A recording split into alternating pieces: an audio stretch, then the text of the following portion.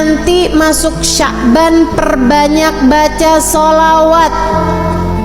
Masuk bulan Sya'ban perbanyak baca. Ustazah kan kemarin Rajab habis subuh sama habis maghrib baca Allahumma ghfirli warhamni wa tub alayya 70 kali. Lanjutin apa enggak? Enggak usah. Jadi itu memang bacaan khusus untuk bulan Rajab.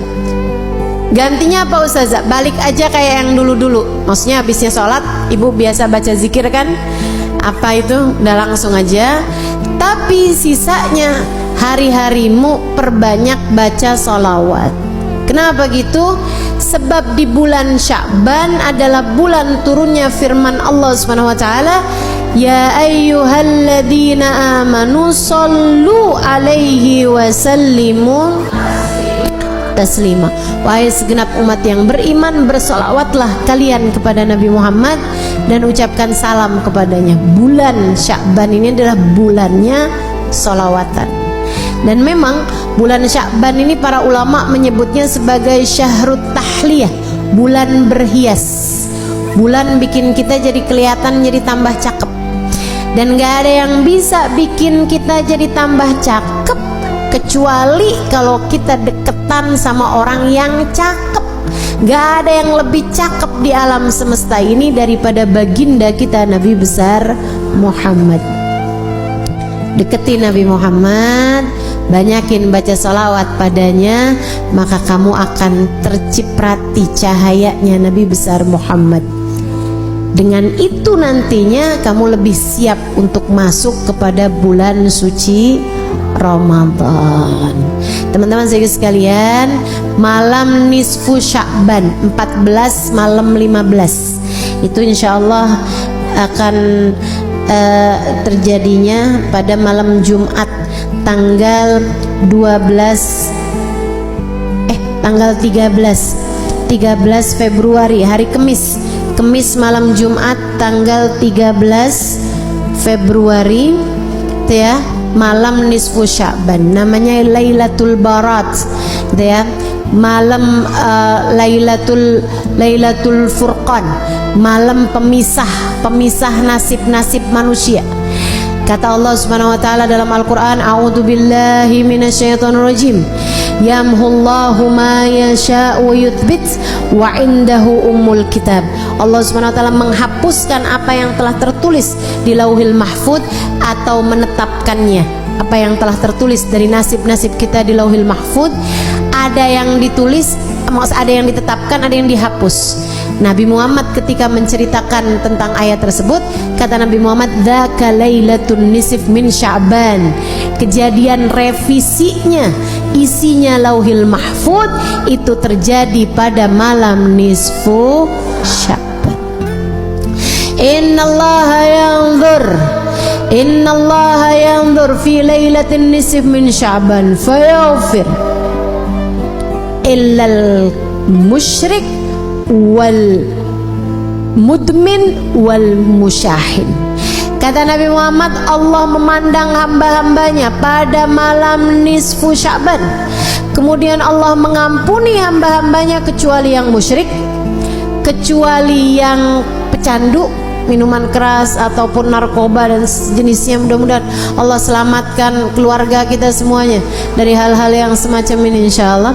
Kemudian wal musyahin, yang di hatinya masih menyimpan dendam, permusuhan kepada sesama hamba Allah Subhanahu wa taala. Itu sisanya Allah ampunin. Itu malam penting, malam nisfu Sya'ban, malam perubahan nasib. Ibu, malam revisi nasib. Nah ini nih pada setiap tahun itu Allah punya malam revisi.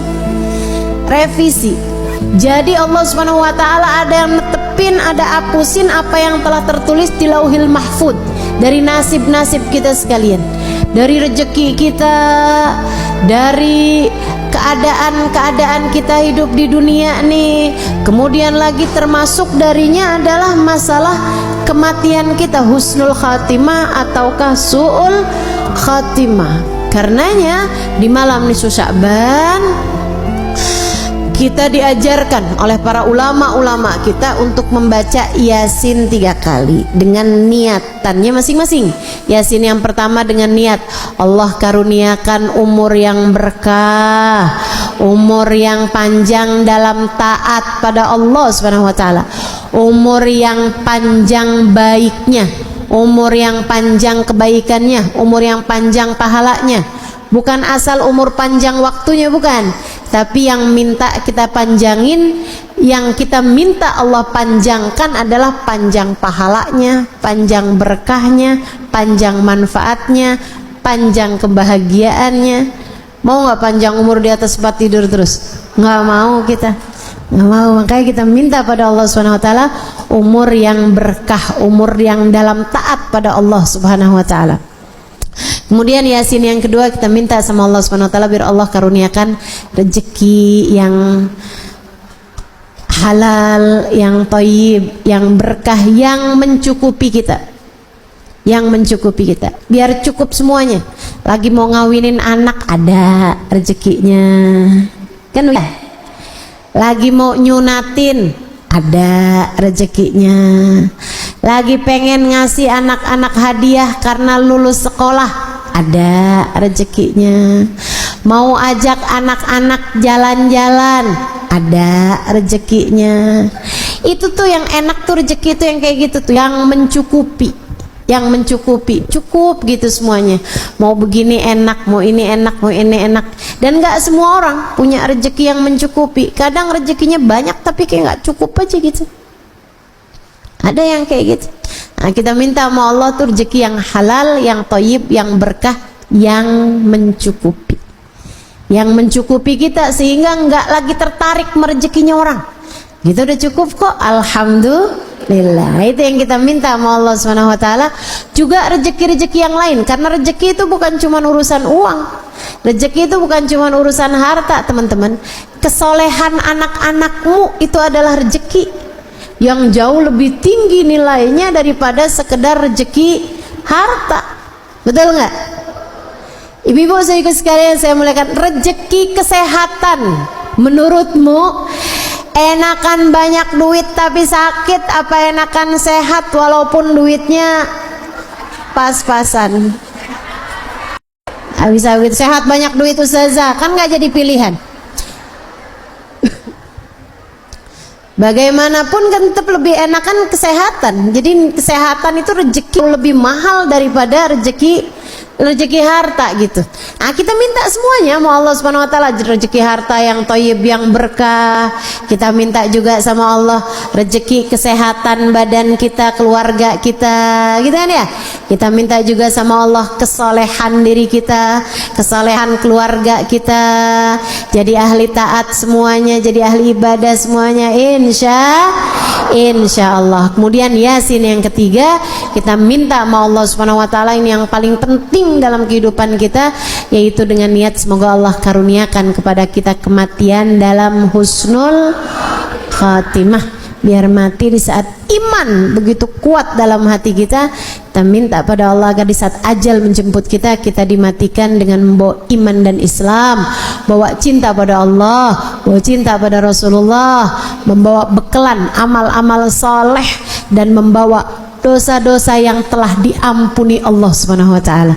Jadi pulang nggak pakai bawa dosa lagi, karena semua dosa-dosanya telah diampuni Allah Subhanahu Wa Taala. Itu yang kita minta pada Allah Subhanahu Wa Taala, itu yang kita harapkan dari Allah Subhanahu Wa Taala. Jadi nanti malam nisfu Sya'ban kerjakan apa yang tadi telah saya sampaikan, baca Yasin 3 kali.